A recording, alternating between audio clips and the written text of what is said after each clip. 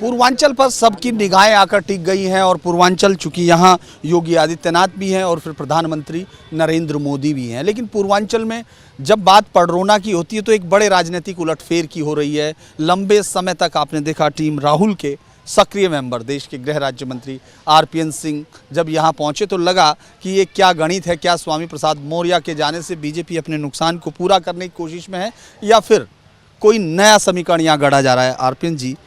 आप इतने दिन में अब आए हैं, बहुत आप पार्टी छोड़ के आए थे, क्या कार्यकर्ता आपके पहुंच चुके हैं, आपके साथ सिंक कर गए? नहीं, मैं समझता हूं जिस तरह का आशीर्वाद और जिस तरह का स्नेह भारतीय जनता पार्टी के कार्यकर्ताओं ने दिया है वो अभूतपूर्व रहा है। और जिस तरह उन्होंने मेरे साथ कंधे से कंधे मिलाकर मेहनत, और मैं भी उनके साथ मिलकर काम कर रहा हूं, तो एक बिल्कुल भाईचारा जैसा लग रहा है। और मैं ये साफ तौर से कहना चाहता हूं, टेलीविज़न चैनलों में व्यक्तियों के बारे में बात होती है, पर मैं साफ कह सकता हूँ जहाँ तक पूर्वांचल की बात है, क्योंकि पूर्वांचल का अब चुनाव बाकी है, तो मैं ये देखता हूँ कि भारतीय जनता पार्टी के क्रांतिकारी कार्यकर्ता पदाधिकारियों के लगन, मेहनत और प्रधानमंत्री जी और मुख्यमंत्री जी की योजनाएं और नीतियों के वजह से जिस तरह का मिलाप है और जनता भी इनसे सब जुड़ी हुई है, तो इसलिए मैं हमेशा कहते आ रहा हूँ कि जहाँ तक पूर्वांचल का मसला है, यहाँ कोई भी विपक्ष की पार्टी को किसी भी सीट जीतने पर बहुत ही मेहनत करनी पड़ी, लग नहीं रहा है। देखिए, चलिए व्यक्ति पे बात नहीं करते, लेकिन सन्न होना, फिर शून्य हो जाना और शून्य हो जाना, ये विपक्षी पार्टी कह रही है कि बीजेपी अब पहले फेज़ में सन्न हुई, फिर शून्य हो गई और फिर शून्य हो गई। चौथे पांचवें आपको क्या लग रहा है कि ये विपक्षी कुछ आपकी पार्टी के बारे में कुछ ज़्यादा सही आकलन कर रहे हैं कि गलत लग रहा है आपको? सर, ऐसा है कि बक्सा खुलना भी नहीं, ज़्यादा दिन तो है नहीं, आज तो पहली हो गई है।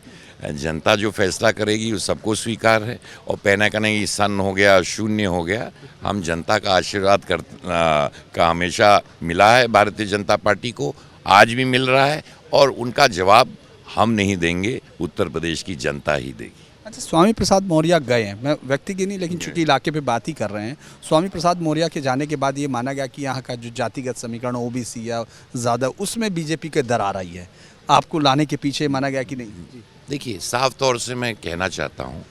भारतीय जनता पार्टी के दम पर लोग एमएलए, एमपी, मंत्री बनते हैं, परंतु जब एमपी बन जाते हैं तो ये भारतीय जनता पार्टी के कार्यकर्ताओं के दम पर एमएलए, एमपी कोई बनता है, मंत्री नेतृत्व उनको देता है। और उनको गलतफहमी हो जाती है कि मैं इतना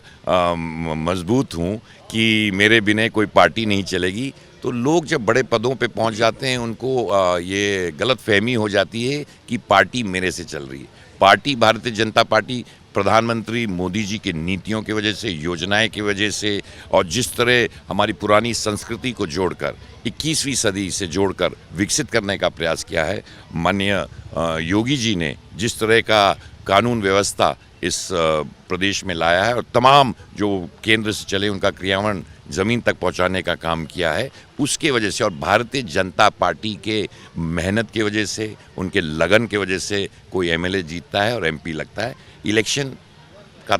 परिणाम 10 को आएगा, आप देखेंगे भारतीय जनता पार्टी के शीर्ष नेतृत्व जीतेगा और भारतीय जनता पार्टी के कार्यकर्ता जीतेंगे और उत्तर प्रदेश की जनता जीतेगी। बार बार बाबा जी को मठ में भेजने की बात हो रही है, अखिलेश जी बाबा जी को वापस मठ में भेजना चाहते हैं, ये क्या कारण है? कि लगता है कि कोई दमदार तरीके से उनको लग रहा है किसानों का मुद्दा बहुत बड़ा हावी हुआ, बेरोजगार आपके समय में ज़्यादा हो गए, तो आप इसी पार्टी के हैं तो आपकी पार्टी पर ये ज़्यादा है, और पशुओं का मुद्दा यहाँ तक पहुँच रहा है। किसी किसान निधि क्यों नहीं लोगों ने पहले दी? भारत समाजवादी पार्टी की 4 बार सरकार रही। बिजली कभी दिन को आती थी, कभी रात को आती थी, एक हफ्ते में गांव में आती थी। आज तो हर दिन हर रात को बिजली रहती है, 18 से 24 घंटे तक गांव तक बिजली रहती है। जब उत्तर प्रदेश को आपने 4 बार सत्ता मिला अंधकार में रखा तो दिक्कत तो होगी। दिक्कत ये है जिन लोगों ने दबंगों ने ज़मीन, जिन लोगों ने अवैध कब्जा किया हुआ था, जिनको कानून का कोई सरोकार नहीं था, जिनको लगता था कि हमारी सरकार है तो हम कानून से ऊपर हैं, उन लोगों को सारा लगता है कि उनके साथ बड़ा ये हुआ है कि एक जो गुंडई और जिस तरह के हालात, कब्जा करना अवैध, गरीब आदमी का उसमें कोई भी उनको दिलचस्पी नहीं होती थी। तो अगर इतने बड़े ठेकेदार दलाल का सारा सब कुछ खोते हुए देख रहे हैं तो उनको तो तकलीफ होगी, तो थोड़ा ज़्यादा आवाज़ बनाएंगे। अच्छा, पुरानी पार्टी के एक यहाँ जीतते भी रहे हैं, आपकी पुरानी पार्टी थोड़ा दिख भी रही थी, इस चुनाव में कहीं दिख रही है नहीं पुरानी पार्टी के साथ थोड़ा सा कि एक आध जीत जाए, ऐसा भी है क्या? साहब मैं तो जहाँ तक कुशीनगर की बात है, यहाँ मैं भी जीता हूँ और क्षेत्रों से भी कांग्रेस के प्रत्याशी जीते थे एक ज़माने में, परंतु साफ तौर से मैं कहना चाहता हूँ आज के तारीख में पूर्वांचल में किसी सीट पर किसी और को जीतना नामुमकिन सा लग रहा है। एक आखिरी सवाल, ये उस समय का है जब हम लोग नॉर्थ ब्लॉक में मिलते थे, अब आपका मर्जी है, यूक्रेन के संकट के वक्त जिस तरह से भारत के तमाम छात्रों को लाया जा रहा है, ये कोशिश की जा रही है, और यूक्रेन के राष्ट्रपति से लेकर तमाम चीज़ों में मोदी, इस सरकार के काम को आप देख रहे हैं, विपक्षी इसके बावजूद आरोप लगा रहे हैं, आप इस संकट से कैसे निपटा? इसलिए मैं पूछ रहा हूँ क्योंकि आपने वो सब गौर से देखा नहीं। देखिए, मैं समझता हूँ कि प्रधानमंत्री जी का जिस तरह का इस पे क्रियान्वयन हुआ है, तत्काल प्लेन के माध्यम से रूस के हों या यूक्रेन के राष्ट्रपतियों से बात करके, रोमेनिया हो, पोलैंड हो, यहाँ तक कि हमारे पहले बार मैं समझता हूँ कि इवैक्यूएशन में कि हमारे मंत्री कई डिफरेंट स्टेट्स में, मीनिंग पोलैंड में, रोमेनिया में, तमाम जगह मंत्री जाके करेंगे कि बच्चों को वापस लाया जाए। प्राथमिकता है, तमाम हमारे बच्चे वापस आ गए हैं, ये सरकार तब तक नहीं रुकेगी और प्रधानमंत्री जी स्वयं इस चीज़ को देख के मंत्री तक को भेजकर, तो हमारा उनका हम सबका कर्तव्य और सरकार उसमें कर रही है।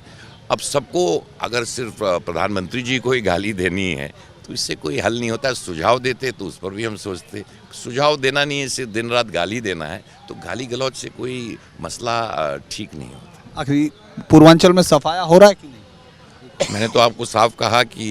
यहाँ भारतीय जनता पार्टी मैं समझता हूँ हर सीट जीत रही है और किसी एक दो सीट अगर निकलने के भी चांस मुझे कम दिख रहे हैं। चलिए, आपने देखा कि किस तरह से पूर्वांचल में इस बदलाव को वो मान रहे हैं कि मोदी जी के हक में ये बदलाव है। यहाँ से आगे अगर हम लोग बात करते हैं कि किस तरह से पूर्वांचल की तमाम सीटों पर स्वामी प्रसाद मौर्य के जाने के बाद भी बीजेपी को कोई नुकसान नहीं, इसको कहते हुए दिख रहे हैं आरपीएन सिंह साहब।